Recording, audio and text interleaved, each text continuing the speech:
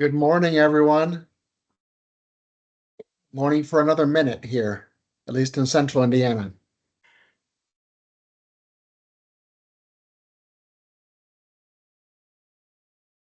We're going to wait just a couple minutes to let people join.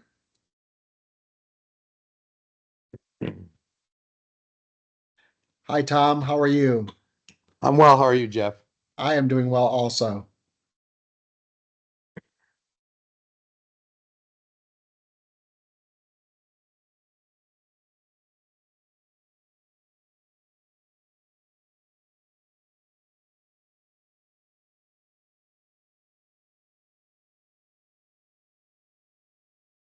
Tom, at some point, I would love to have a conversation with you um, just about uh, getting a group connected with your council up there. Um, Okay. SCAN is the community partner that serves your and several other regions up in the northeast and north central part of the state. And they're interested in just being aware and involved with your council. And so the process has started, but it hasn't been easy. So I just wanted to make sure you were aware of what we were trying to do there. Okay. Well, I'm repping for the chair of our group, Okay. and neither she nor our, I will call her executive secretary, which is really just means she's the one that actually does all the work. Do you know Deanie? I do. Deanie Kopek. Right. Yep. So she's the person, either her or I don't know, I can't believe I'm blanking on our chairperson's name.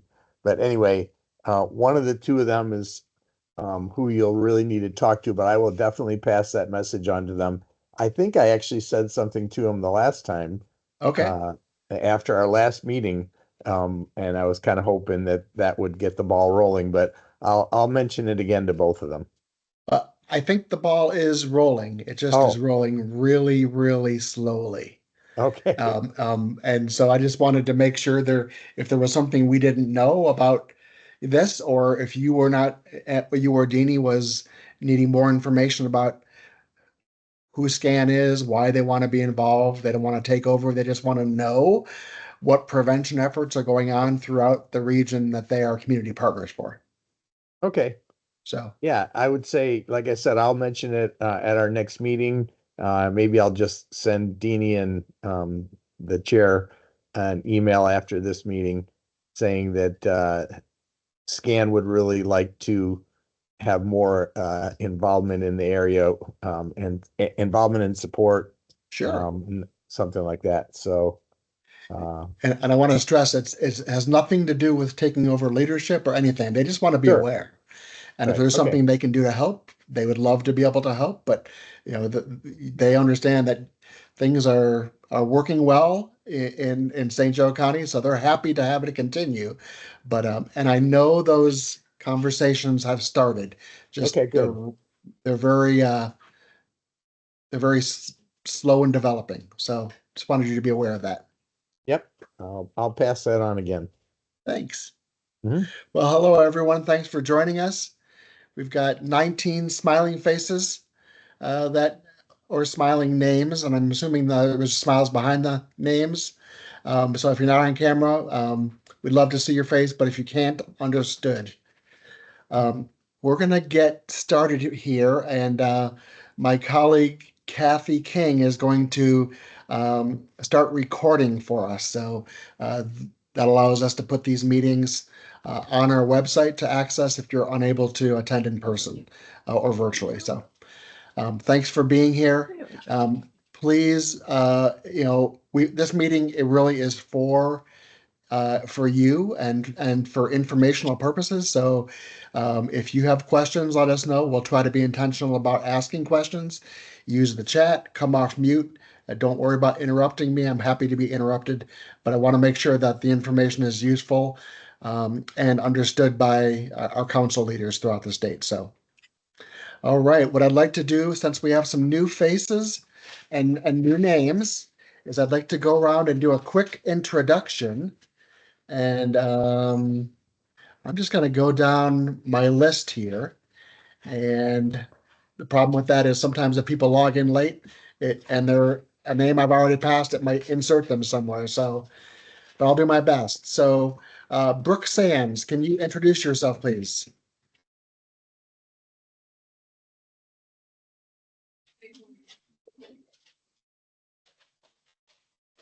Brooke, are you there?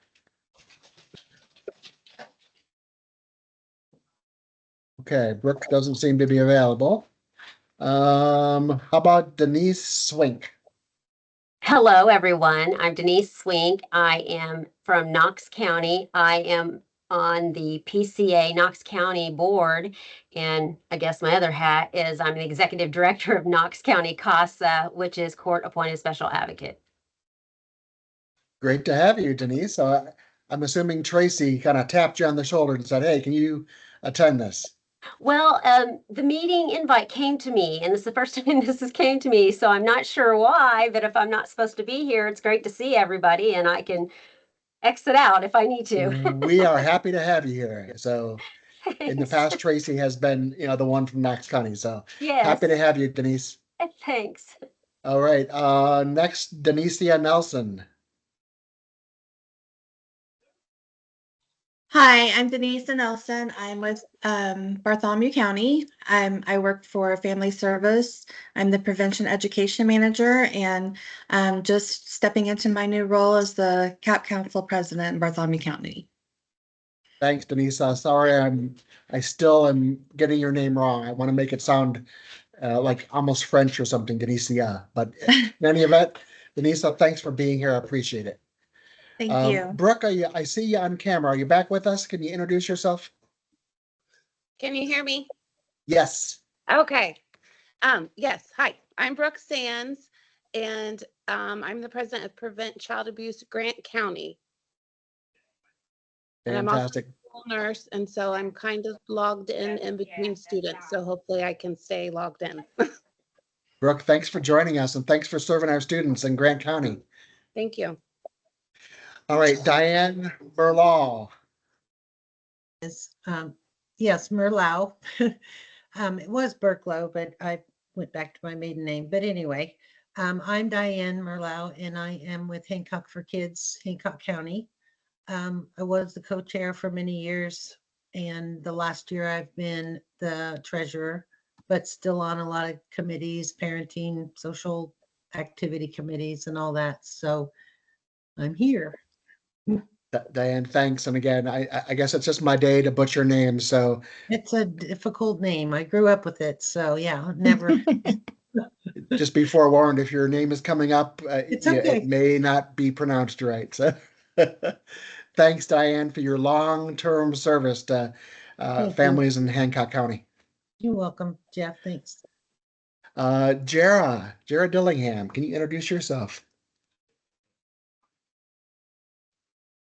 Yes, sorry, I'm flying in from another meeting. So my name is Jared Dillingham. I am a social work professor out at University of Southern Indiana and current president of the Prevent Child Abuse Vanderbilt Ward Gibson Council. And I've been in that role for about 8-ish years, I'm thinking. And yeah, is that all that we're introducing? That's it. Thanks, Okay, Jara. fabulous. Ellen Hennessy, can you introduce yourself? I'm from Lake County, Prevent Child Abuse, Lake County. Thanks very much. I appreciate it, Ellen. Gina Vardaman. Hi, I'm Gina Vardaman, and I am the prevention team lead at SCAN, and we charter now 9 Prevent Child Abuse Councils in Northeast Indiana, and are the community partners for child safety provider in 16 counties, where we either support the PCAs there or hope to grow charters in the rest of them as well. Thanks, Gina.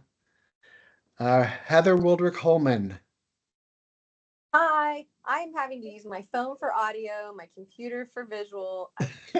Teams is not, and I just came from a meeting and it was the same thing, and I thought it was that meeting, but it's clearly my computer. But hi, everyone. Heather Wildrick Holman. I am the coordinator of Stars for Children. We are the Marion County Prevent Child Abuse Council. Heather, thanks for being so committed to do all those extra steps just to join us. Yeah, sorry if it was blowing you up for like letting me in like 20 times. I kept trying different ways and they all failed. So I finally figured it out. Oh, appreciate the perseverance. Thanks, Heather. Let's see, Christine. Here's another one, Courts. Christine Courts. You got it right. Yeah, I'm Christine Courts, and I'm also with Vanderburg and Prevent Child Abuse, Vanderburg, Warwick, and Gibson. And I am Executive Director of Holly's House, a non-residential child and adult victims advocacy center here. And we work in 8 counties. Great. Thanks for joining us, Christine. Nice to meet you. Leanna Truitt.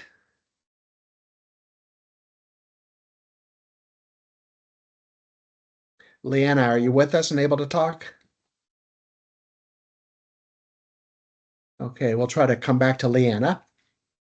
Let's go with Leanne Nicky from Delaware County.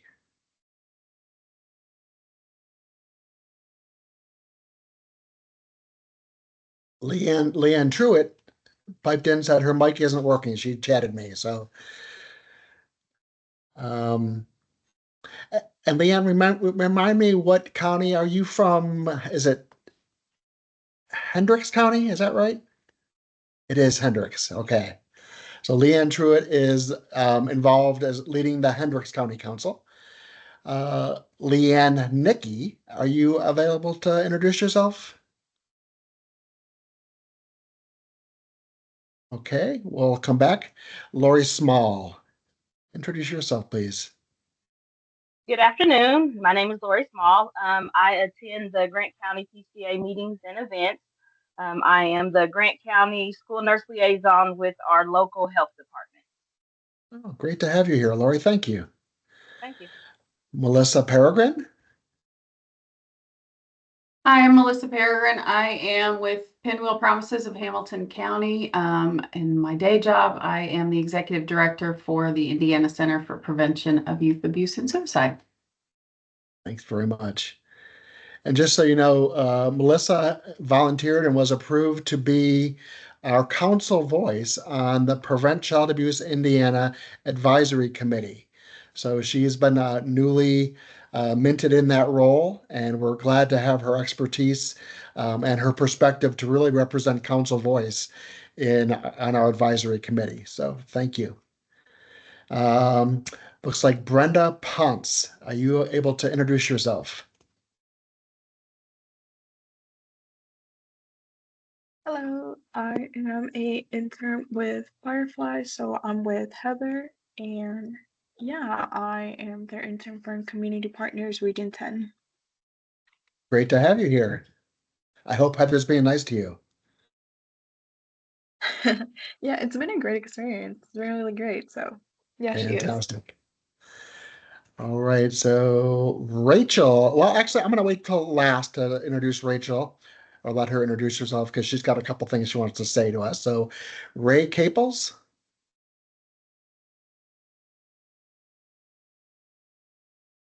The director for the Center for Nurturing Families at CAPS in Elkhart. Thanks, Ray, for being here. Let's see. I know Leanne Nicky, are you back and able to talk? Introduce yourself, please, if you can. Okay, I'm Leanne Nicky, and I am with Delaware County Prevent Child Abuse. Thanks so much, Leanne. And can you tell me if I turn the camera on, can you see me? My camera's on now, but no, okay. I have a new computer and I haven't quite figured out how to do that. Now, can you there you are. Oh, there I am. Okay, all right. You're live and on the big screen. Yeah, okay. All right. Thanks, Leanne. All right, thank you. So besides Rachel, anybody else that's on the call that has not introduced that? Well, I see Katie Greenwell. I don't think we gave you a chance to introduce yourself. Katie, are you available? Yeah, I am. I am actually here in Linda Reese-Miller's stead. She is the Director of Community Partners for Firefly in Johnson County, and we do the Johnson County Pinwheels for Prevention. I think you also are in Shelby County too, right? We Johnson, are, yes. Shelby, and maybe another one or two. Yeah, Well, thanks, Katie. Bartholomew, a couple others. Yeah. Appreciate you being here. Janet Baker, did we give you a chance to introduce yourself? No, I got here a few minutes late. Okay, so tell us who you are. I've been running around going crazy. Now look at my hair. I was like, If you're not speaking, please mute yourself. We're having a little bit of a. There we go. My name's okay. Janet Baker. I'm the director with Community Partners with Firefly Children and Family Alliance in Region 8, which is Vigo County, Park and Vermilion counties, Clay County, and Sullivan County. Oh, Janet, thanks for joining us. Glad to have you here. And let's see, I just got a chat from Sherry Robertson. Sherry, are you able to introduce yourself? Yes, I'm Sherry Robertson. I'm the new Senior Director of Programs at CAPS in Elkhart County. So you're with Ray. Yes, yes. Fantastic. Thanks for being here. Thank you. And then anybody else that we've missed? Hi, Jeff. Good afternoon, everybody. I'm Karen Branch. I don't know why my email address is showing up. I don't do Teams very often. I'm the Executive Director at the Youth Service Bureau in Montgomery County, where Prevent Child Abuse Montgomery County is housed. Karen, thank you. Yeah, it shows up as admin MCYSB, which is Montgomery County Youth Services Bureau. Yes. But not your name. But thanks for chiming in. I appreciate it. And thanks for being here. Anybody else? Sorry. Sarah Johnson. I work at Dunebrook. We charter LaPorte and Porter County councils. So I am the program director for that, and then also covering kids and families also for those two counties. Thanks, Sarah. Good to see you. And don't forget Tom. Tom, go right ahead. You have your hand up. Hey, Jeff. Yeah, I know you talked to me earlier and I didn't get a chance to introduce myself. And mostly I wanted to do that so I could ask a question too. So I am a retired pediatrician, about 5 to 10 year member of the PCA St. Joe County Board. And I emphasize the board because apparently we're not considered a council. I know that everyone else is speaking of councils, but somehow we're a board, if that makes any difference. And I wanted to give a shout out to YSB people. I heard one of you out there. Our local YSB is just moving into a new home and they're having the ribbon cutting ceremony today. And that's why Deanie Kopek, who's one of the bigwigs over there, is not here. And I did remember the name of our board chair, and it's Joanne McKenzie. So I'm filling in for one or both of them today. Thank you very much. All right. Anybody else? Anybody sneak in while we were introducing? Sherry Bell from Crawford County with Pinville Partners. Hi, Sherry. Good to hear from you. All the way from down south in Crawford County. All right. Rachel, I'll let you introduce yourself and then kind of take the microphone and share what you would like to share. Good afternoon, everyone. My name is Rachel Call-Clazier, and I'm the Senior Director of Prevention and Education at the Villages, and so work closely with Jeff with our Prevent Child Abuse Indiana efforts. And really the big thing that I want to share today is we are planning ahead, and we have been able to secure the State House for April 1st for a kickoff event. And so it is already on the books, and we would really like to encourage council participation. So I don't have super specifics, just for sure that we have it. And so as those details become available, we'll be sure to share that information, but would love council participation. We're working with our legislative advocate at the Villages and are hoping to have legislators there. So hopefully you could have some interaction with your local legislator. And I'm sure as part of that, even as we get closer, if you have a connection with your legislator already, helping get the word out as well, just in your local areas. So we are excited. I don't know that we've ever this early in the game known what was going to happen on April 1st, but we do this year. So Tuesday, April 1st, 2025, we will have a big kickoff event at the State House. So we look forward to as many of you and your council members and board members to be there as possible. So thank you all. Rachel, thanks for sharing that. And so a couple of years ago, we had an event at the State House. Governor Holcomb spoke, Director Stigden from DCS, and a couple other, I know our Fireflies community partner person spoke. And so we had quite a few people there. If we're lucky enough, we'll be able to wrangle the new governor into speaking in April. But in any event, it's just great to be back at the State House. And if you haven't been to the Indiana State House, it's beautiful. And it's, it's a great way to elevate the voice of child abuse prevention. So thanks, Rachel. All right. That also kind of dovetails well with our idea that we wanted to try to make things easier for councils to get involved with legislation. I know that not all councils want to do that or have the capacity to do it, but some may want to and have capacity but not know how to do it because it's not always straightforward or easy. So last year, with the help of one of our interns, we developed some resources on our council area webpage that's password protected. And there are some resources for understanding and engaging with legislation. So if you're interested in that and want to take the voice of your local council and then put it into action through talking with legislators and things like that, that is always very welcome. And we have some resources on our webpage now that were created last year that can help you do that. Perfect. Well, I'm going to jump right to the next section of our meeting today. And it is about our April, or I'm sorry, not April, but our rechartering process starting in October. So a little sooner than April. So October through December is our annual rechartering period for local child abuse prevention councils in Indiana. I will tell you right now in Indiana, we have 57 councils chartered around our state. And those councils represent 63 different counties. So a couple councils represent more than one county. And so we are absolutely grateful to having each of those 57 counties or councils representing a local voice for child abuse prevention.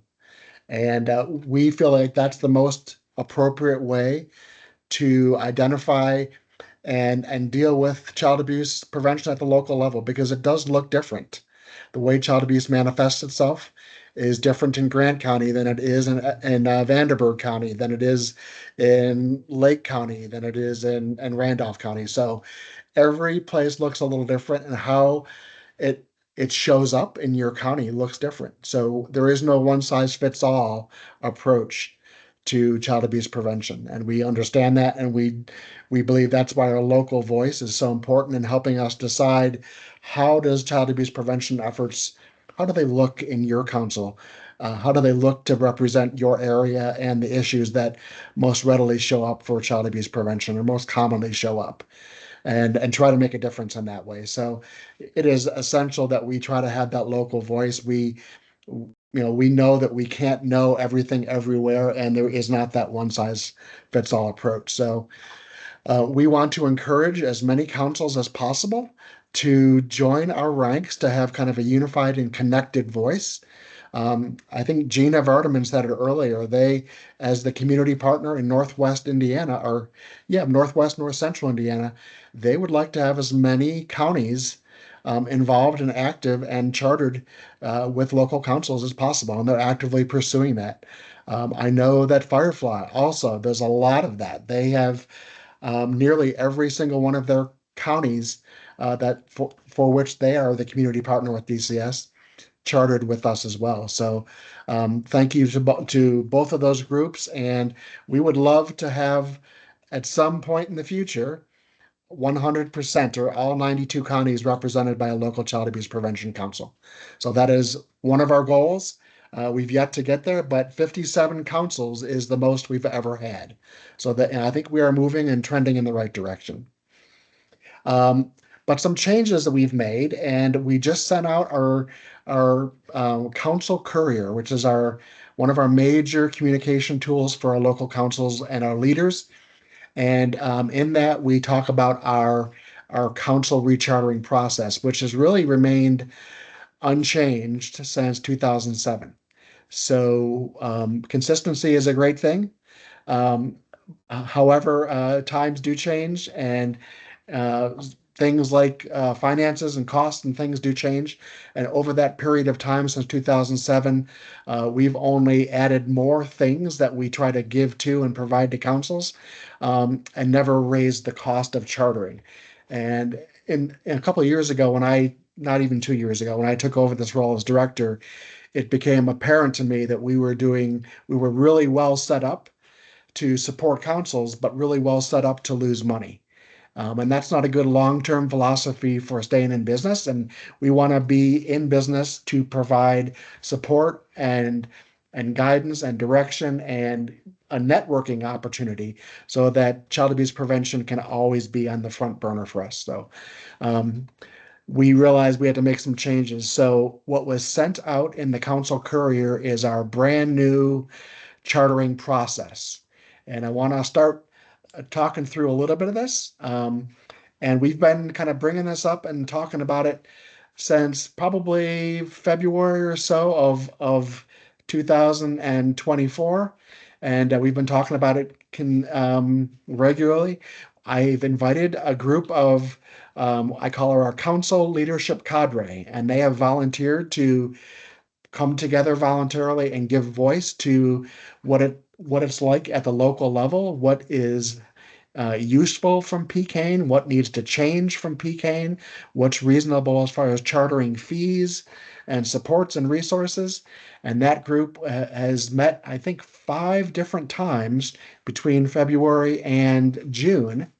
And then we decided we wanted to give a larger voice to our council leaders, so we sent out a survey. And we did that, and that came back to us in mid-July. And so what we came up with as far as changing our council chartering process is as a result of a great deal of collaboration from council leaders across our state. So I want to run over some of the highlights for the changes that you're going to see. Again, keep in mind that we are moving into our chartering period, which runs from October through December. And so our rechartering fee has moved from $150, which again, it's been since 2007, to $200 per year. And that fee is starting in October. We are highly, highly encouraging people to get chartered within that chartering period of October through January, or I'm sorry, October through December. And starting January 1, there will be kind of a penalty for chartering late. And we typically have had most of our councils charter within that chartering period. And that's been great. But there's always a few outliers that we have to kind of work extra hard to get chartered. So we're hoping to avoid that this year. And so the chartering period, again, just to remind you, October 1st through December 31st. The cost for rechartering will be $200 instead of the previous $150. Charters received after that January 1st timeline will be charged a $50 late fee.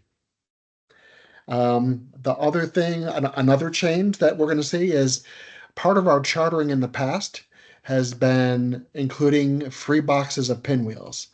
And most every county that chartered has asked for their free boxes of pinwheels, and we were always happy to give those. But I will tell you that a box of pinwheels cost us about $165 to $170 per box, and we were giving out 2 each year for free.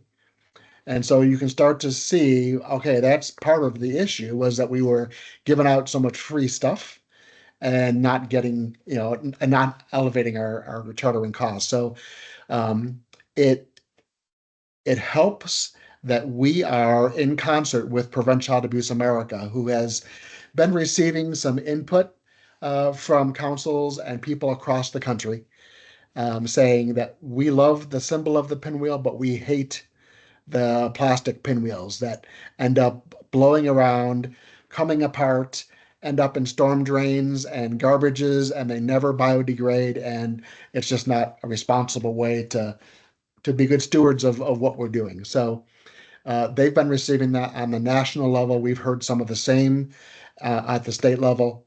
And so PCAIN, in concert with Prevent Child Abuse America, is getting out of the business of being the middleman for the purchase of plastic pinwheels. What I can tell you, I've asked direct questions to Prevent Child Abuse Prevent Child Abuse America, excuse me. The symbol of the pinwheel lives on. That is not the issue. The issue is the plastic pinwheels that we've become so accustomed to seeing in pinwheel gardens throughout our state. And so you can absolutely continue to use pinwheels. We're not saying that. We just aren't going to be the middleman for that. And so Kathy King has done some good legwork and found out, and she'll be on in a few seconds to talk more about that. She's found a way where you guys can go directly to the source that we got them from if you want to order pinwheels. We just won't be the middleman for that. And I believe the cost, and Kathy will confirm this, will be exactly what we are currently charged for pinwheels. So again, change from last year and from previous years since 2007, no free boxes of pinwheels. That includes also no discounts in pinwheels. We are getting out of the business of distributing plastic pinwheels. And so we have currently left in our inventory, I believe, 18 boxes. So if you want them, we are happy to give them to you so we can close our doors to selling pinwheels at this point in time. But no, again, Kathy's going to give you the link that if you want pinwheels and they're important for you to continue, and the symbol, again, is alive and well, then we're going to give you the link to do that. We're happy to give you our pinwheels at a slight increase from what we usually pay. But I think Prevent Child Abuse America, before they decided this year that they were going to stop selling those as well, at least directly, they were charging about $300 a box.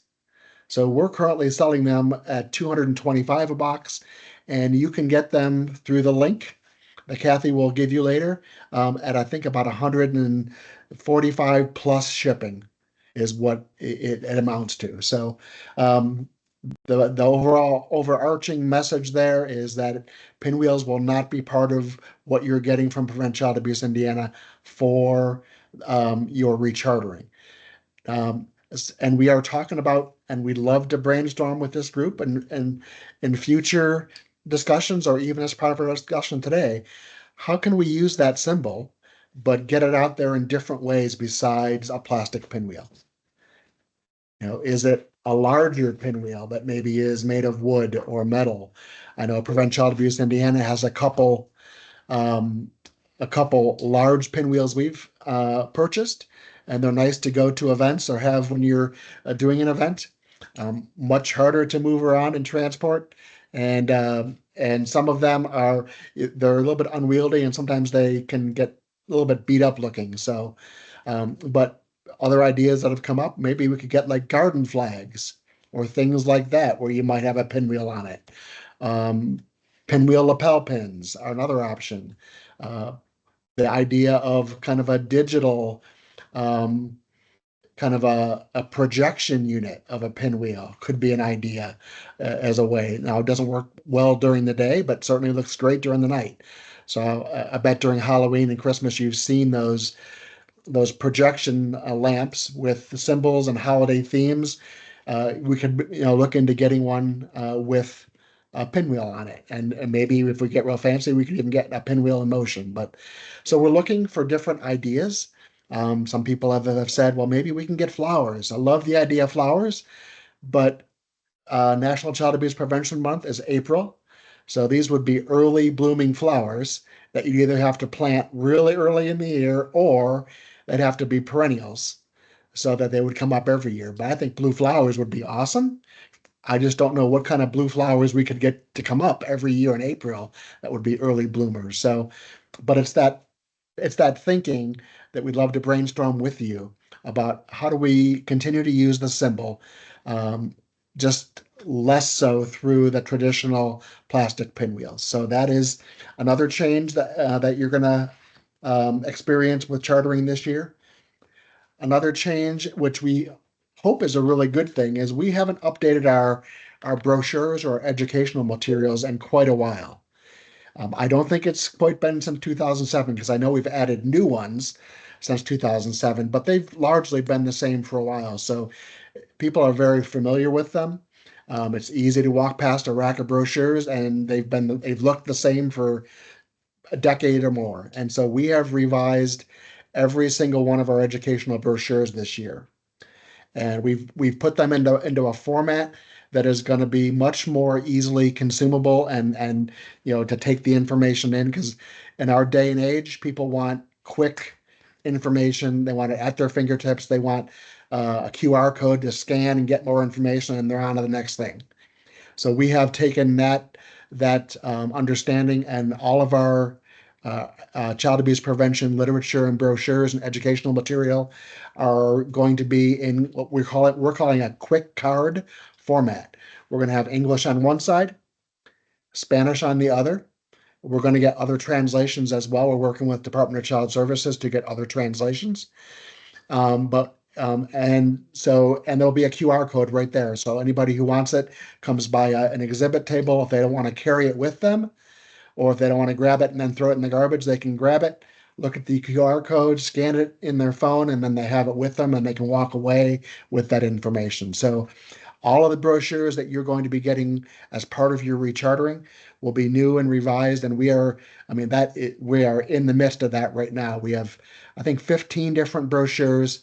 12 of them have been changed to this new quick card format. The other ones were already in that similar format with front and back. So, and with your chartering fee, you get 800 of those brochures, and you can decide how your county wants to allocate that. And so they come in bundles of 50. And so you can say, in our county, we use, the what do we call that? Take good care card all the time. We use it all the time, and we want 500 of those because that's our favorite one. Other counties might say water safety is big for us. That's where we see a lot of things. And so we want, 200 of those. And so you can decide how you break up the order of your brochures, and you'll get 800 with your chartering. And then as a result of being a chartered council, you can request another 200 in April. But you have to request that. That doesn't come to you automatically. So you'll get a total of 1,000 over the year if you request the 200 additional in April. And again, all the brochures you get are going to be new and look different and have that QR code on them so people can go directly to our webpage. It will allow for people to print their own as well. So if you feel like you just don't want to be responsible for having brochures and you really want to drive people towards printing their own, they will be able to do that from our website as well. And the last thing that will remain consistent as part of your chartering will be any chartered council gets a 25% discount on anything that they purchase from PCAIN on our PCAIN shop. And so any items that you purchase, you get a 25% discount as a chartered council member. And then the things that are unchanged, but we will continue with, Prevent Child Abuse Indiana will continue to do either a statewide signature event, like a one-day conference, or in the past few years, we've had good luck with doing like a webinar series instead. So we did this past year in February, a 3-part webinar series on 3 Fridays in February, and had 3 different speakers on different topics. And we tried to use it as a way to gear up and energize our efforts moving towards the month of April. And so those conversations took place in February, and then a lot of planning goes into place February, March, and then April is a really big month for child abuse prevention. So we will continue to provide those. We will continue to look for ways to do regional council events. Now, our in-person events we've seen declining numbers over the years. I don't know if it's just a function of people being busier than they were in the past, wearing many different hats. If people like the virtual meetings, there's a number of different reasons why, but our numbers for our regional council events have decreased over the years. So we've looked for different ways to get people involved and active and connecting with each other. One of the things I like most about these meetings is when I shut up as my favorite part, because I get to listen to all of you.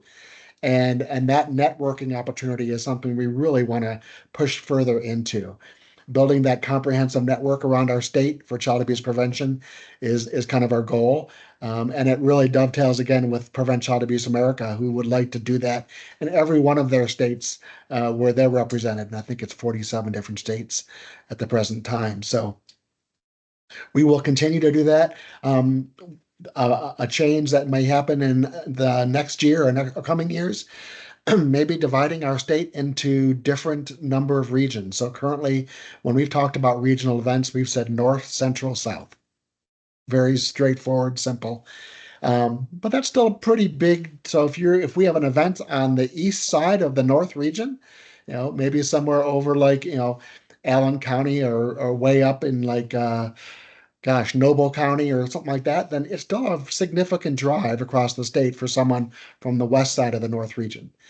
So we have thought about maybe we'll make the regions smaller, divide the state up into, say, 6 different regions, and make it much easier for councils to start to get together with councils in their region and start to build that network and work together with each other, and collaborate with maybe other councils in your region do some things well, and they can continue to do that, and your council can do something different well, and you can add that to the menu of options. So we're really encouraging that development of networking throughout our councils. But we'll continue to do those regional council events. They'll look different, and we'll require and ask for input from our council leaders on, are we finding a better way to serve and support the message of child abuse prevention in your region? How do we do that? What can we do? So that will look the same. Our council courier will continue to come out every other month as a major way for us to communicate with you, but also for you to communicate with us.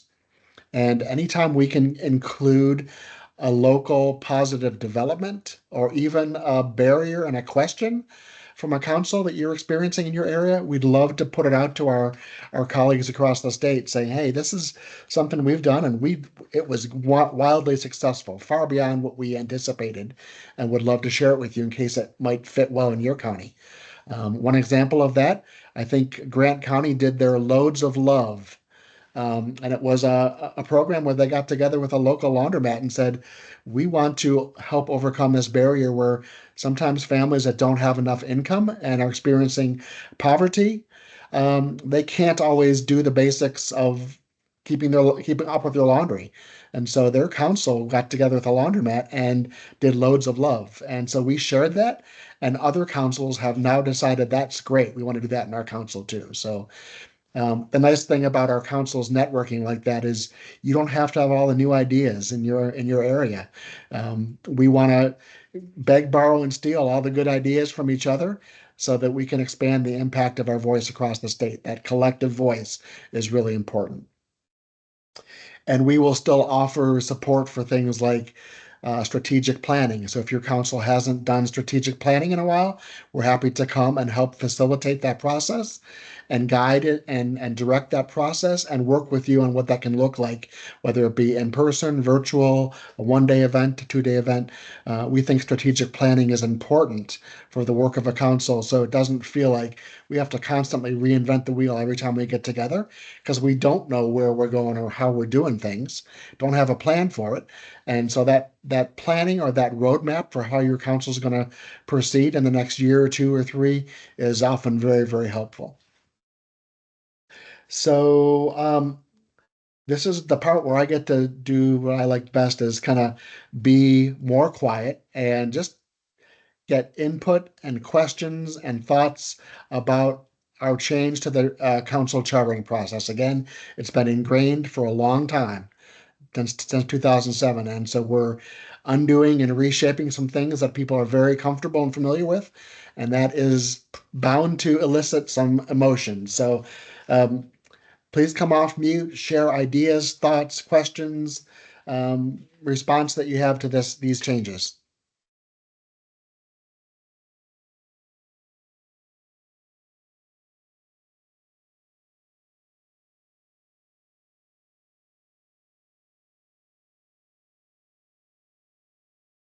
Hi, I was like trying to pause and remember which thing I needed to unmute to talk. Yeah, thank you for all those updates, Jeff. I know, and I think Janet might be able to speak to this too. I think some of our Firefly-led councils might be looking into these. They're almost decide. I don't know how big. I've seen photos only on like a phone. Maybe like yard size, like lights signs that are similar to like the yard signs we do, but they actually light up. So I wanted to, if as I know more about that, I could maybe share that with Jeff and or where, like maybe where those were bought. I know minimal right now because I wasn't involved in choosing them or buying them. I agree about the like the big ones might have a lot of really great significance and awareness. I've seen those be, like you said, wooden, plastic, metal. I think that's really interesting as well.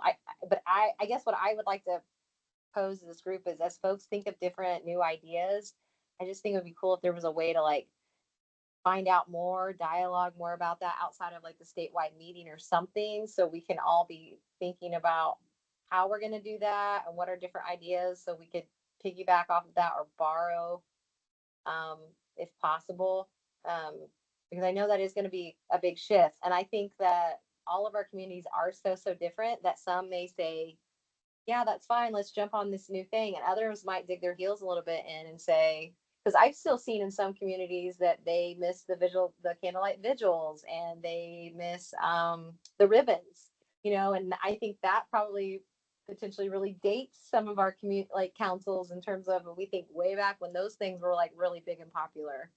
That was one thing I wanted to mention. The second thing I wanted to add is, so do you foresee, and what I'm hearing kind of Rachel say is like PCAIN is really leading the charge on that state house thing? Because in the past I've kind of felt like I wasn't sure who was leading it. Was it the governor? Was it DCS? Was it PCAIN? And so I think I'm hearing you say that's PCAIN, and I think that's awesome. So definitely let us know. Us in the loop with that. The other thing I had was, I have been meeting, I feel like there were other councils that I've been in this space or other spaces in the past that have had different immigrant and or refugee communities settled in their communities. So I just wanted to share in this space, I guess, that we have been really working hard to tap into our resource providers that really work diligently and are seen as a safe space to both our Haitian Creole community members and our Burmese/Hakachin folks. And what I find really interesting and telling is the Haitian Creole providers are telling, and who are really knowledgeable about that community, that culture, is they are like, do not spend a whole lot of time translating and then just kind of handing that to them. That they're like, that would be a waste of your money. They won't read it. The literacy level for many of the immigrants and refugees is rather low. Similar kind of sentiment or similar information was shared with us from a great meeting we had, because we're wanting to bring like safe sleep and different things to these folks. Something similar was said to us from the Chin Community Center of Indianapolis. They said literacy is pretty low, and the translation, just there's so many different nuances between Hakachin, Burmese, different alphabets. It gets really complex and convoluted. She said the best way to reach them is to create short little videos. So she's talked with us about partnering to let us make a short little video with someone who's fluent in Burmese or Hakachin, and share it on their Facebook page, or they're more than happy to figure out a way how we could share the videos with them about child safety topics, and then they would share it with the folks in their sphere of influence. So I guess I wanted to share that here because to me it seems so simple, but I was just like, wow, yeah, like make a video, and then that could, rather than all the time and energy we're spending on translating all this stuff. So anyway, I just wanted to bring that to this space as you're, developing the new materials and things. The last thing, and I will promise to be quiet, I had a big question. What about old materials? Are we still good to share those? Are you just going to continue to share those out too, and until they dissipate and go away? Because sometimes organizations will say, this is the new, the old is, and get rid of it. So I wanted to ask about, if we are sitting on quite a bit of the other stuff, is it okay to still hand that out? And then I'm going to be quiet. Okay, Heather, thanks for many good thoughts there. So I will tell you that I don't know that PCAIN was the sole voice in trying to get the State House event happening, but I do know that we felt that it was frustrating last year waiting for somebody to take the lead, and it never got done, and then we missed out. So we made sure that we started to kind of rustle the trees early to get the conversation happening. And so now we know way ahead of time we are doing that. And we'd love to have as many of our councils involved. So at the very least, we are in the conversation and trying to make it happen, because we aren't a formal state agency. We may not have the governor's ear like some others. But again, we've been doing this, having these conversations collaboratively, interact with DCS on a regular basis, things like that. So however it happened, and I'm really grateful for it because now we can plan on it. And I'd love to turn the State House blue, with so much blue that day. That'd be fantastic. I love the idea about, thank you for talking about the Haitian Creole. And sometimes I think if we don't involve the voice of lived experience of those populations, we miss it. We think we know how we can touch those bases, and sometimes if we just keep making brochures and people can't read them, even if you put them in their language, that's silly. So that's really helpful, Heather. Thank you for sharing that. And the idea of the video is kind of a really cool thing, especially these days where you can use your phone to take a reasonable video that gets a good message out. And so, it may not be top-notch quality, but it's definitely usable, and it can be, help up kind of perpetrate or perpetuate a message. So, and then let's see. As far as using old materials, please get them out. There's nothing that we wouldn't want people to have. Way better in people's hands, and it look a little different than something else than sitting in a garbage bin somewhere, or biodegrading. So I would much rather have them out there. If you're looking for ways we typically have had Spanish versions, translations available. Consider like a Latino coalition or some group in your community who might distribute those and get those out. Far better to, again, have them out and about and serving some purpose than really at the bottom of a landfill. So please do use. We just wanted to update and refresh the way things look, and make it a little bit, bring it into the 21st century, and using our technology that people are so comfortable with these days. So did I answer all your questions, Heather? And I love the idea about let's keep the conversation going about new ways to use the symbol of a pinwheel to get the message out there. I plan on fully continuing the council leadership cadre group moving forward. That wasn't just a one-time, get your thoughts, see you, goodbye. I think that group and that type of group is very helpful to help us understand and move our efforts forward. So we plan to continue and make sure that we are connecting with that group. And if people on that group decide I've done my job for God and country and I'm on to other things, that's fine. We can rotate new people onto that group. But that will be an ongoing group, and thoughts and messages like that will at the very least be discussed among that group. but I'd be happy to try to figure out another way, whether it's some sort of community posting board where we might be able to post ideas about creative ways to use the symbol of the pinwheel other than just a plastic pinwheel. So thanks for that, Rachel. Or I'm sorry, Heather. All right. Others that wanna talk and give thoughts or ideas, questions?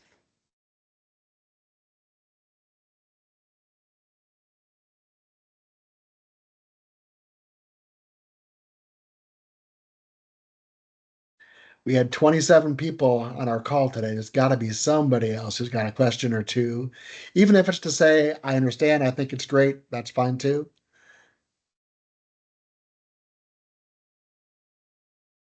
This is Leanne, and Hi, I Leanne. hello.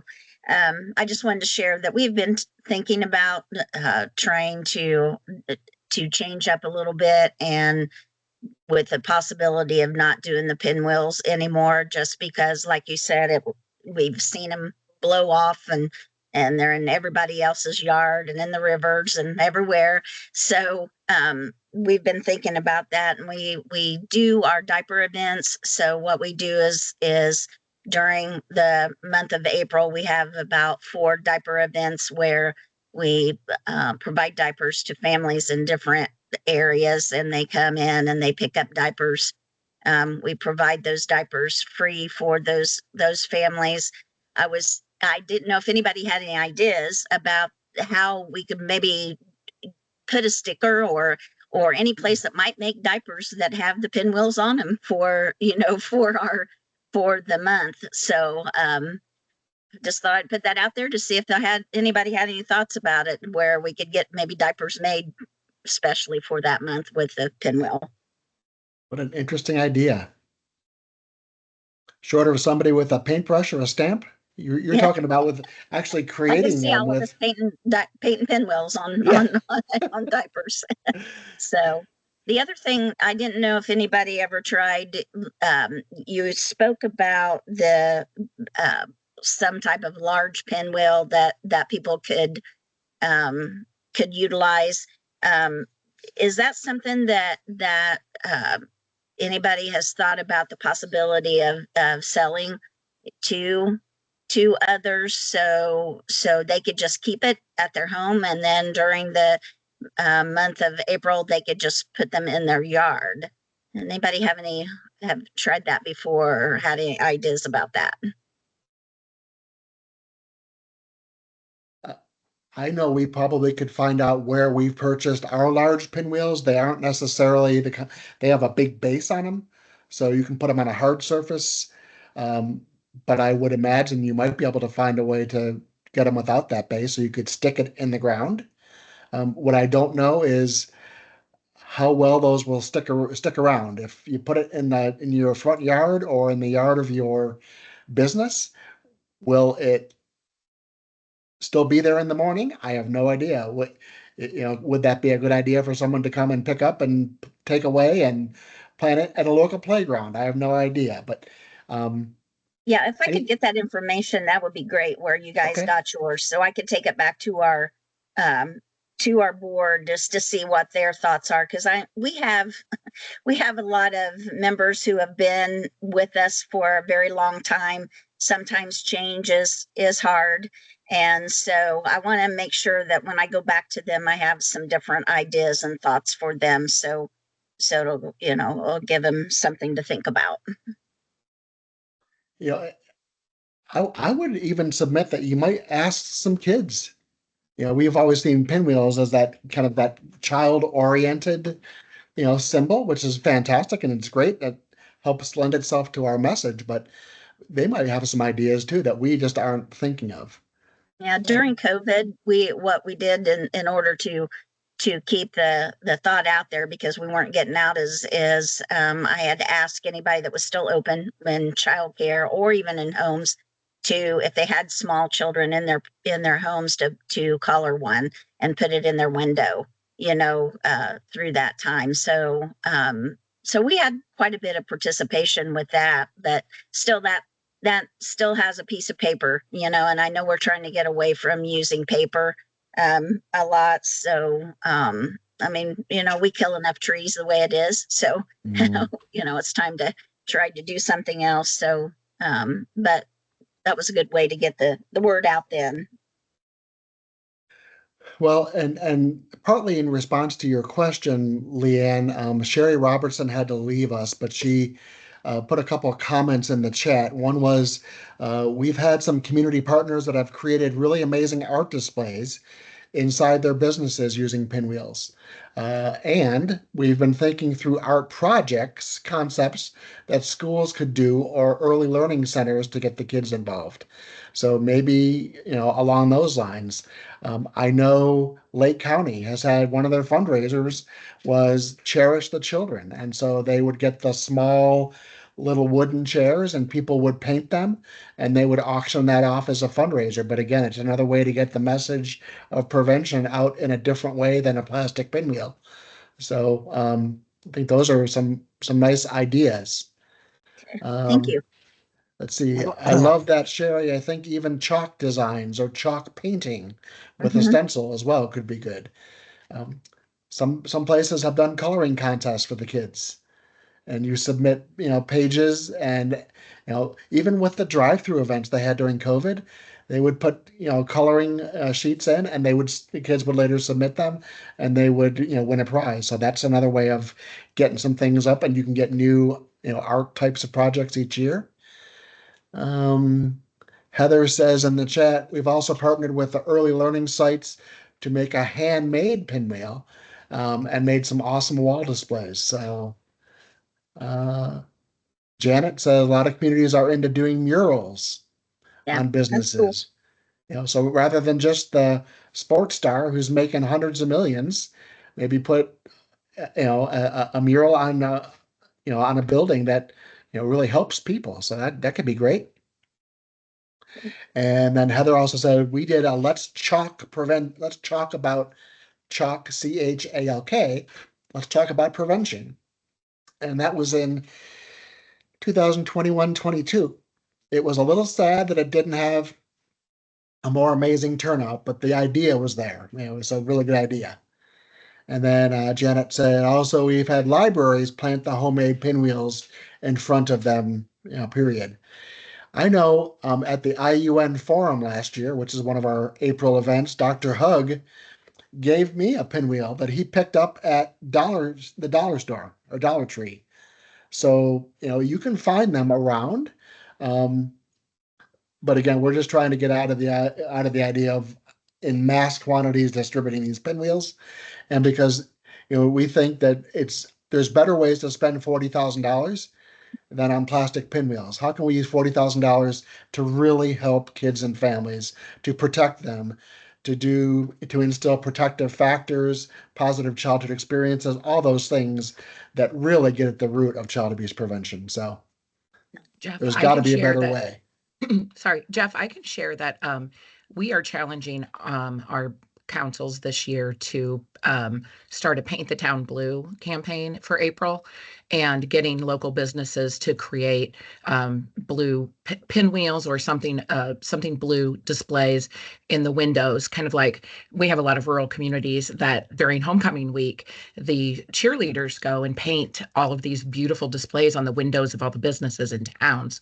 And so we want to recruit those cheerleaders or the other art students from the local schools to do that for these businesses in April. And so whether it's a pinwheel or something else blue, that it's displayed in their window for everybody to see as they pass by or frequent that business. Paint the town blue. We're also able in some of our larger towns to get to petition the city and some of the bigger office buildings to light their bridges and buildings blue if they have the opportunity, if they have that capability of changing the colors. I know in Allen County, we have several pretty dynamic bridges leading into and out of the downtown area that the town has agreed to light in blue lights for the entire month of April.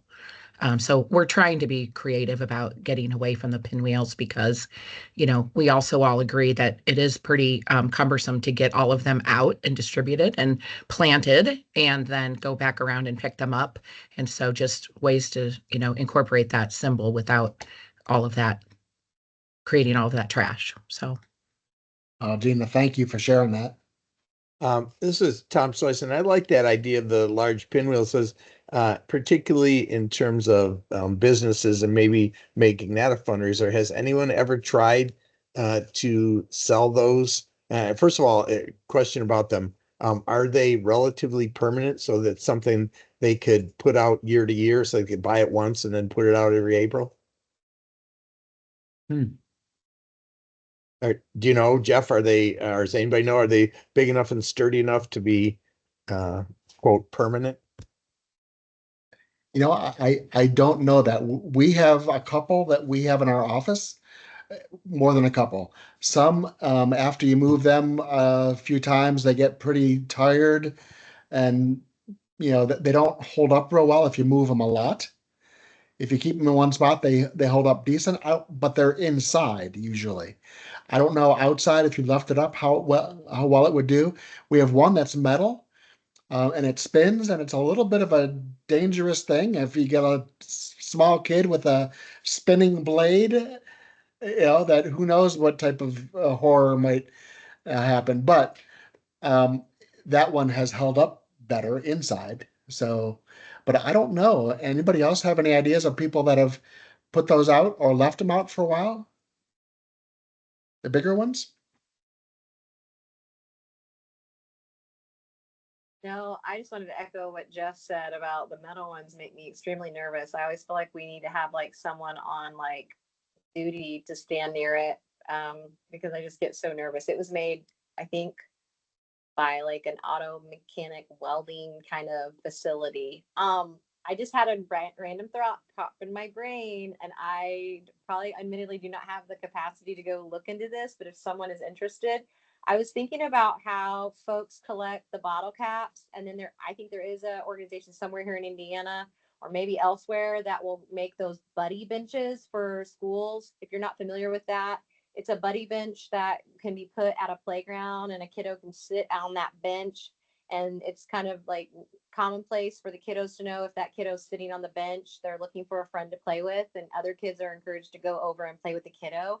I'm wondering if that organization would potentially be interested in partnering with us to take the bottle caps and make a pinwheel or something, or do something that relates to child abuse prevention. I don't know. I just know that I love those buddy benches, and I wonder if there's something creative like that we could do and encourage people to collect the bottle caps all year long. And then anyway, but you know, I don't know that any of the ones that you all have or the metal ones I have would ever be really a permanent structure from my experience and my interaction with them. That's my one thing, but then that other thing popped in my brain. So Well, we will certainly look to share the link for where you can buy the bigger pinwheels that we know of. Katie had said Five Below in Franklin had some really cute large wooden ones last year. Is that like a dollar store, but a $5 kind of store? Is that what that is? Yes. Okay. Thanks, Katie. And then Heather agrees that the metal ones make me nervous. Yeah, right there with you, Heather. And then we do T-shirts for April and sell them, and that was from Sarah. Another great idea, and you can wear those for a while. Looks Yeah, like you might people even wear have one 'em. on. Yeah. Oh, yeah, I do. So we have that. So we incorporated the pinwheel. I was just gonna say though, in previous years, we kind of focused on the child abuse prevention piece and like had the DCS number on the back. And last year, I've been really trying to switch things more to like focusing on positives and protective factors. And so we kind of did more of a like growing great childhoods together at Dunebrook. So a lot of other organizations bought the t-shirts, and we even gave them to like program participants that are in like healthy families. And everybody said it was their favorite design so far. And I was like, well, that's good. But then also trying to really move away from the focus being so much on like the symbolism of the pinwheel and really trying to plan and host events and activities that are kind of based more on the protective factors. So like, how are we trying to improve social connections? How are we looking at like what concrete supports families have and trying to kind of like still use the pinwheel as a symbol, but really focusing on like what are those protective factors and how can we boost them in our community. And selling t-shirts. So like these cost $10, but we usually sell them for like 20 or 25. And you know, that can help with supporting paying for stuff, and people wear them year after year. So it's kind of nice. A lot easier than big boxes of pinwheels, in my opinion. Oh, yeah. Sarah, thanks for sharing that. I appreciate it. Heather put a link in our chat about the My Buddy Bench. So if that really resonates with anybody and they would like to kind of look more into that, there's a link that Heather put in there. I feel like we're getting our creative juices flowing now. Other thoughts or ideas about the changes to the chartering process, the chartering period being October through December? Anything there?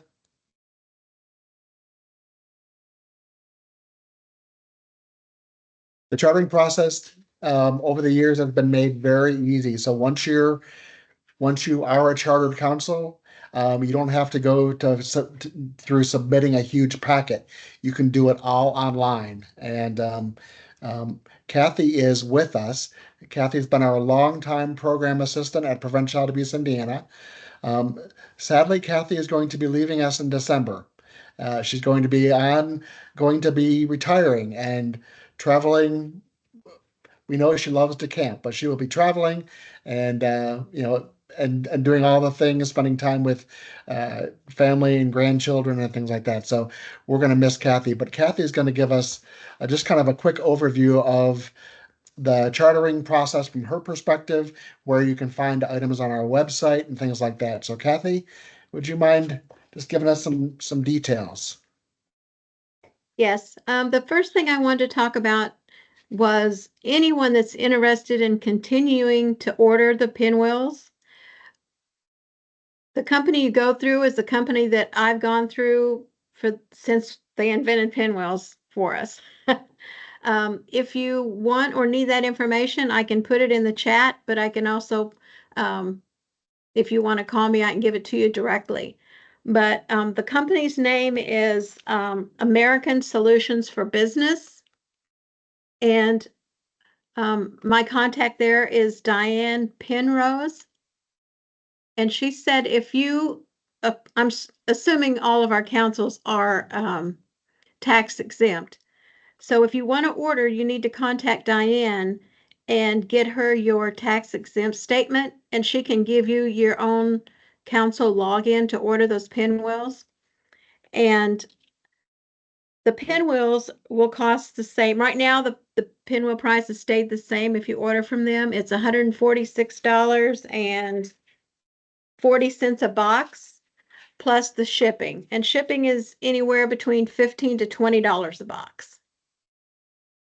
So I'll go ahead and put her information in the chat here in just a minute. As far as the council chartering, it is on our website. Let me see if I can share and kind of walk you through. I know most of you have probably already done it many times. Let's see, if I can figure that out.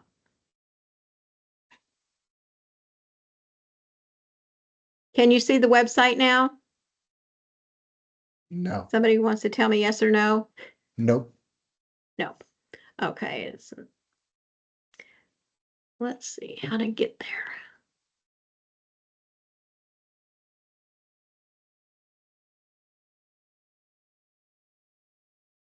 Now can you see it? Yes. Okay. You, of course, go to our website at pcain.org, and the simplest way is to click Find Your Council. Most of you probably know how to get to the council page, but you go to Find Your Council, and then scroll down here where it says PCAIN Council Leaders, log in here. And the password is all capitals, happy kids, happy family, no spaces. We And that's haven't all changed it. caps? It's all caps with no spaces. Happy kids, happy family. And you click enter. And here on the council document page, it has this link right here, which will take you to the agreement form that's online. And you can pay through credit card when you go that way, or you can mail a check, but it's so much simpler if you can pay with credit card. It gets it all done in one easy step, and that comes directly to me. If you want to print the form, you can click here and it'll pull up a PDF that you can print, fill out, and send to us here. And you make the check actually to Prevent Child Abuse Indiana, but also in the information line at the bottom, if you could put the county that you're chartering. We get checks like from Firefly, but we have like 10 different councils that are chartered through Firefly. So if you send in a check, I'd appreciate that note on the check. Some of the other things on this page for those that haven't been here is different forms that you can click on and go to. The clip art, the photography, the graphics, our council resource manual is all there, and it was updated in 2003. Of course, it probably needs to be updated now since we've changed the prices and different things, but I'll get to that. Other links and webinars that are available through the years. And then each one of these statewide council meetings has a link that you can click and listen, watch that recording. Also, all the council couriers since March of 2020 are also here if you ever need to go back and look at any. And then Jeff had talked about the legislation. Here's some other links, but the legislative advocacy items are also there if anybody is interested in looking at that. Let's see, I just got a message from Gina saying, is there a charter for multiple counties? The only thing is we charge by the county when it's multiple. Sometimes we have two counties that are under one umbrella, and that's only considered one council. But I know like SCAN has 9 councils, and of course, if you only pay chartering for one council, it kind of defeats the purpose. So each council, if they're a separate council with a separate charter, they need to charter separately. Okay, I'm a little bit removed from the chartering process because our admin assistant takes care of all that, but I know that that was a change we made after I came on board, was starting to charter separately for the benefit of the pinwheel. But I just kind of wanted to see what the pros and cons were now that no pinwheels. But it sounds like we need to charter them separately anyway. So unfortunately, there's no way to like charge that much for, the separate councils. So yeah, we're good to know. And Gina, if I could add, I would say because of, when the framework for child abuse prevention came out, we were really encouraging counties to have, their personal approach to what child abuse prevention looks like and to engage counties directly instead of just having kind of a figurehead that has 10 councils chartered, but nobody in counties knows what's going on. We really are encouraging the message of child abuse prevention to be embedded at the local council, at the local county level. And the people are from those counties and those communities that live there and love those communities are active and engaged, and they know who the council is, and they know how to get involved or how to go to those councils for requests. So we really want to get away from the idea of just having one council or one organization charter 10 councils under one umbrella and have the local council, be the format that we want to see. And because there's also what Kathy does every year is Prevent Child Abuse America sends a kit of information to the state chapters. And then Kathy adapts it so that each council can have their own information and their own logo and things like that. So, and there are certain, there's certain structure and format for those logos to follow. But Kathy makes it very easy for councils to do that and to make it unique to a council. So, what we want to see is, Allen County, you say prevent child abuse, Allen County, instead of saying scan. So that's just one way to really make it much more personal and really kind of push the message that local child abuse prevention, the key stress that is on local. And we want the message to come from that local level and people to be involved. So if that helps to add on to that conversation. It definitely does. And I am all for are separating our councils because they are so individualized based on the different counties they're in. But if questioned by leadership about why we need to do that separately, I wanted to make sure I had the correct information to pass along. Okay. Thank you very Thank much. you, Gina. Does anyone want me to click on the chartering form so you can get a look at it? It doesn't really look a whole lot different. But you just go up to this top link here and it'll take you right to the form. And you just go down, tab down through and fill out the spaces.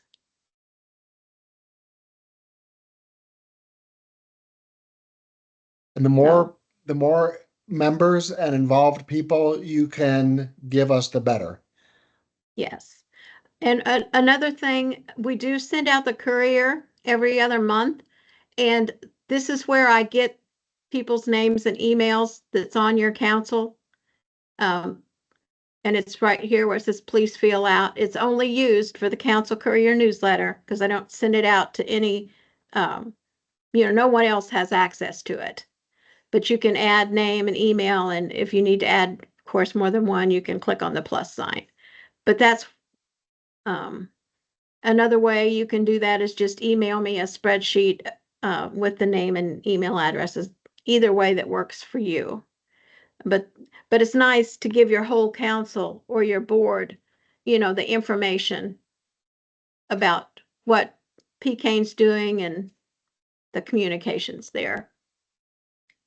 So I'm going to go ahead and stop sharing my screen and send it back to Jeff, but I will put the Pinwheel contact information here in the chat.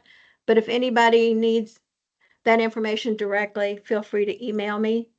And that's kking.pcain@villages.org. Thank you.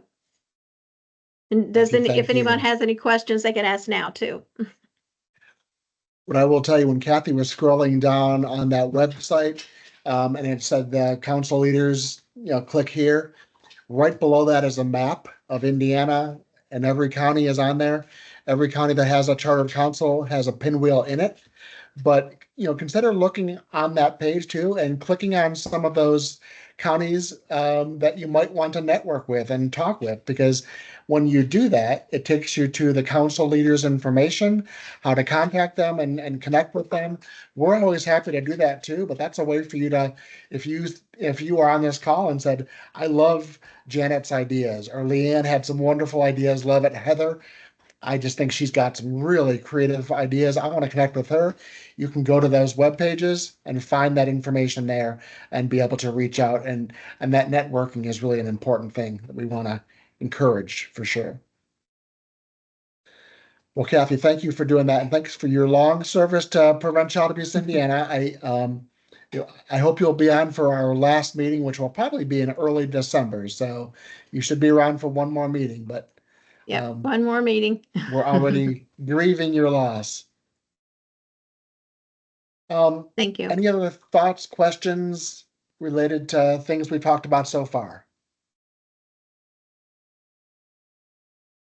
Leanne said, thank you. The last thing I'd like to do is, and again, this is one of my favorite spots.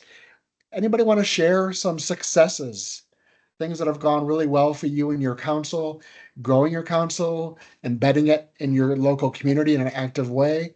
This is a great time to share and learn from each other and to beg, borrow, and steal those great ideas.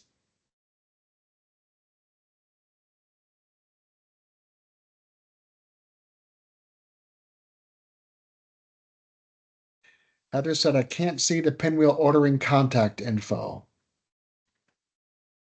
I see it now. Okay.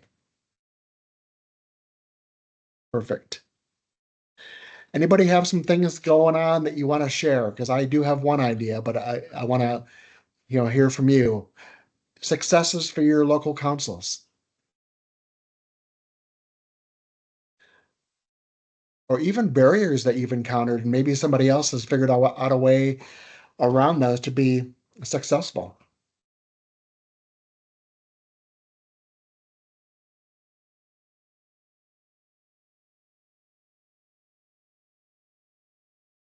Well, while you think, I'm going to take this chance to ask Gina if you would be willing to share something that you've recently done and promoted at SCAN, and it's this idea of, and you might even share it with us for an upcoming Council Courier edition, but I know the issue of resource gathering and compilation has been difficult in some communities. Sometimes people used to use 211. Now there's some different places like Find Help. And so sometimes people don't know where to go to find resources. And Gina, that's something we learned. Many counties who've taken and implemented the framework have said, we don't know, especially people new to our community, we don't know how to tell them to find resources, where to go. And a place that are going to update those resources on a regular basis. But SCAN has undertaken this, and you are, I think, finding some success. So would you be able to share a little bit? Sure. So my team at SCAN has been responsible. It's part of our community partner service standard that we have to maintain accurate, updated resource lists for each county. And in the past, those have been done by a team of 5 people who spend at least 2 to 3 weeks every spring calling every number on our resource list, verifying the information. We put it into a spreadsheet. It gets turned into a PDF. It gets published. And the very next day, I start getting emails about, well, this is no longer in existence. This number has changed, this address. And so it was very cumbersome. It was always out of date. And so I took the problem to our IT team last spring, and I said, there's got to be a better way to do this. I foresee a database online where providers and even clients themselves can put in maybe their zip code and a keyword of type of resource they're looking for, and the resource closest to them will pop up on this map, and it will have information about what they need to bring, the hours, a direct link to maybe the contact page or the website. They said, let's see what we can do. And so I am proud to say that 2 weeks ago, SCAN launched an online resource database on our public website. And every resource that's listed owns their own listing. And we did this through the company that we use, that we purchase our web services through. And it ended up costing us, this is shocking to me, $125 per year to have this database on our website. That is such a huge cost saving over paying a team of 5 people full-time for 2 to 3 weeks a year to update this and it not be usable. But so everybody who's listed on our resource database, and right now we have about 900 listings, they own their listing.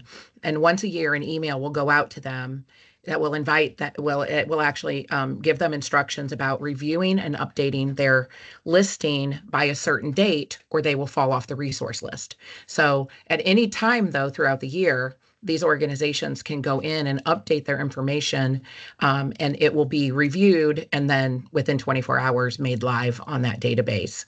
We're getting a lot of interest in it. There are some other ones out there that other organizations have that are similar. This is what we're using for the 16 counties that we provide community partners resources for. What I'm hearing from the feedback I'm hearing already is, I didn't realize that this resource served our clients. It's not in our county, but it's closer to us than some of the resources in our county. So not siloing those resource lists by county has also already proven to be helpful. And we're just hoping to get, we're right now in the process of spreading the word to maybe some resources we know that exist that haven't claimed a listing on the database yet. But if you're interested in checking that out, it is on our website, and that is scanfw.org. So one of the other challenges in our counties is there are several organizations like Purdue Extension offices. They are also required to keep updated resource lists. Community foundations. Well, we have invited all of those organizations to be part of our Prevent Child Abuse Councils. So now they are adding their resources to our database. They're using our database as the basis for theirs. And instead of all of us duplicating this work, we're working together to make it more efficient and smarter instead of wasting that precious time that we have on duplicating the work. So. And yeah, I'll put that website in our chat. And when you go to the website, there is a gold bar across the top that you click on to access the resource database. Gina, thank you for sharing that. I didn't prompt you ahead of time that I was going to do that, so that's okay. I'm pretty good on the. Thanks for being a team player and sharing. And you've added that website. Great. There was another question that came in from Denisa Nelson, and it was tips from anybody on engaging new members. How do you go about and try to get new people involved with your council? I will say that we did a couple webinars this summer, and I'd like to do more, with groups that exist in many counties, or in some cases, every county. We've done 2 of them so far. And these groups are groups that you might reach out to share the message of prevention, what your council does, and see if a collaboration opportunity exists. The 2 that we've done so far are our family resource centers, often called FRCs. And we did another one around the local coordinating councils, often called LCCs. Every single county has a local coordinating council. And so, and they usually are oriented around the topic of substance use prevention, which we know tends to be one of those underlying factors to many issues related to child abuse and neglect. And so reaching out and talking to your local family resource center, if there is one, is a possibility for ways your council can collaborate and maybe get new membership, but also LCCs. But I just like to open up the idea to anybody who's had a successful engagement with a community group that you might not think of as a typical child abuse prevention partner in your community, because we want to really widen the net of who we think partners are for child abuse prevention, because everybody, every parent, every community member should be engaged in the work of child abuse prevention, or at least care about it. And so we want to get that thinking out there. But any other thoughts for groups that we might highlight for future webinars, because you've had success in your local council in engaging with them for child abuse prevention kind of at the center of that collaboration?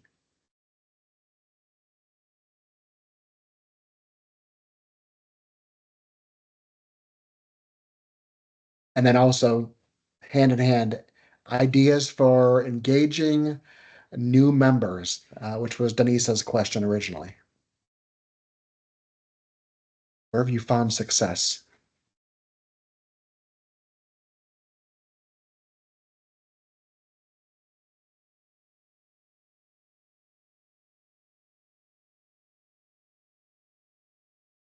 I will say that one place that you can look is the Indiana's framework for the prevention of child abuse and neglect has a lot of different ideas in there for connecting with new members. Gina says in the chat, we've had more success in engaging new members since creating a community action plan, which is kind of the resulting document from the framework I just spoke of. Meetings are less of an information sharing and more about action and the group working together monthly. So they found really good success in engaging people in the conversation and then building a plan to move forward strategically together. Thanks, Gina. Collaborating with local systems of care, SOCs. Janet said that's an idea. And we have a council leader in Southern Indiana, Clark and Floyd County. Ann Carruthers is the leader of their local system of care. So, perhaps Janet, if you're well connected with your system of care, or we could ask Ann, that might be another possible webinar that we can talk about how councils might interact or get involved with and partner with their local SOC. School resource officers. Gina had put that in the chat. Great idea.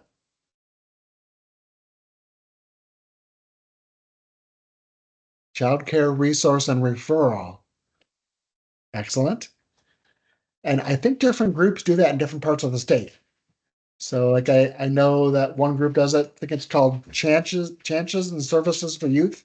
Casey is their nickname, but they do it for some parts of the state. But I think there's a representative for the Child Care Resource and Referral Network in every county.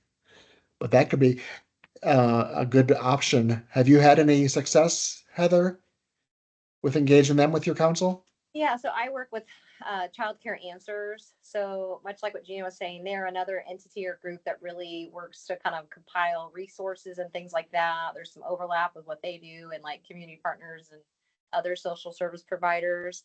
And then Infancy Onward also does a lot of work with like our early learning and childcare folks across, I think they are really across the state. I think they do a lot of work up north and like Porter County. I think they're all over, but Infancy Onward has been a great partner too. But one of the women there, Ann Gabbert, she came from United Way and she was working with a lot of in-home providers. And so she's a well-networked, an amazing member that you can find those, what I call unicorns, whether it's a concerned citizen or just somebody that's just really well networked with different buckets, if you will, in the community. That's always just such a win for your council, I think. The other thing I was going to share, I don't know if this is helpful at all. I have recently just had to give grace and space to the fact that like my council may not be exactly what every single person is looking for. I kind of had to sit with that recently when I invited we had 3 new interested folks in our council, and I told this one gentleman all about us. I invited him to review our orientation kind of materials. I invited him to a council meeting, and he was just honest. And he said, this isn't really what I was looking for. And that's okay, because sometimes a square peg can't fit in a circle hole. And so if we have to just be okay and accept that maybe sometimes we're not going to be that perfect fit for somebody too. Because I can't, if I'm constantly chasing folks and trying to always make it what this person wants and that person wants, we're just going to make ourselves crazy. So I just wanted to offer that, if that's helpful to anyone, that I had to kind of give that some space and realize, you know what, I'm not going to take that personal. That's okay. We're not the space for him. And I wished him well, and I hoped he finds what he was looking for. And it's okay that stars wasn't it. So yeah. Heather, thank you. I appreciate you sharing that. You also, besides the Child Care Resource and Referral Network, you mentioned there might be those unicorn concerned citizens that will bring others with them. So sometimes, particularly retirees, might be looking for a way to stay active and vital, and doing something meaningful. And so council involvement could be an option. Maybe even going to a retirement community or something like that offers activities, and say, hey, could we do just a presentation here and let people know what we're doing and ask for your involvement.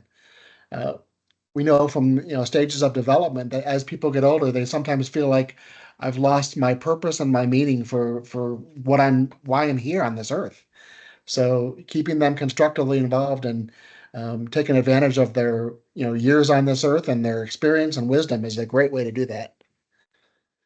And then Gina added, what wonderful, IYI is a possible partner, and their regional staff are often ways to maybe get people involved. I mentioned Chances and Services for Youth earlier. They are part of the Child Care Resource and Referral Network. They actively look for councils to be involved with.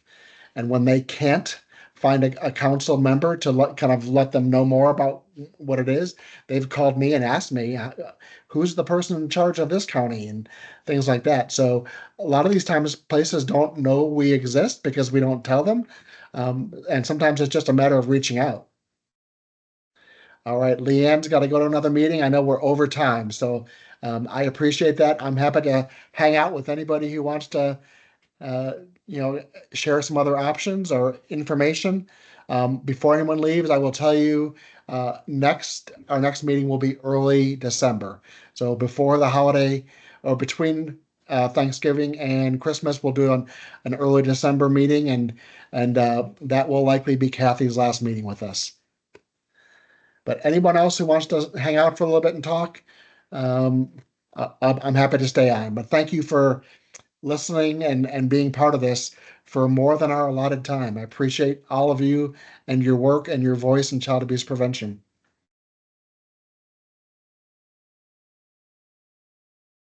Thanks, everyone.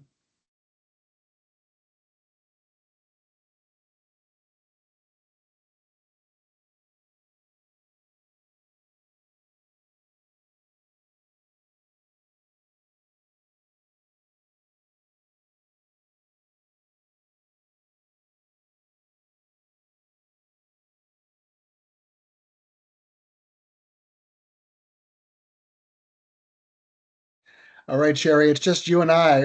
Are you hanging out to ask a question?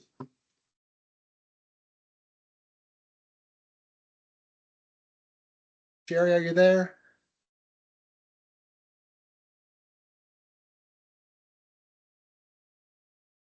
Okay, well, I'm going to close out then. Thanks, everyone. Bye.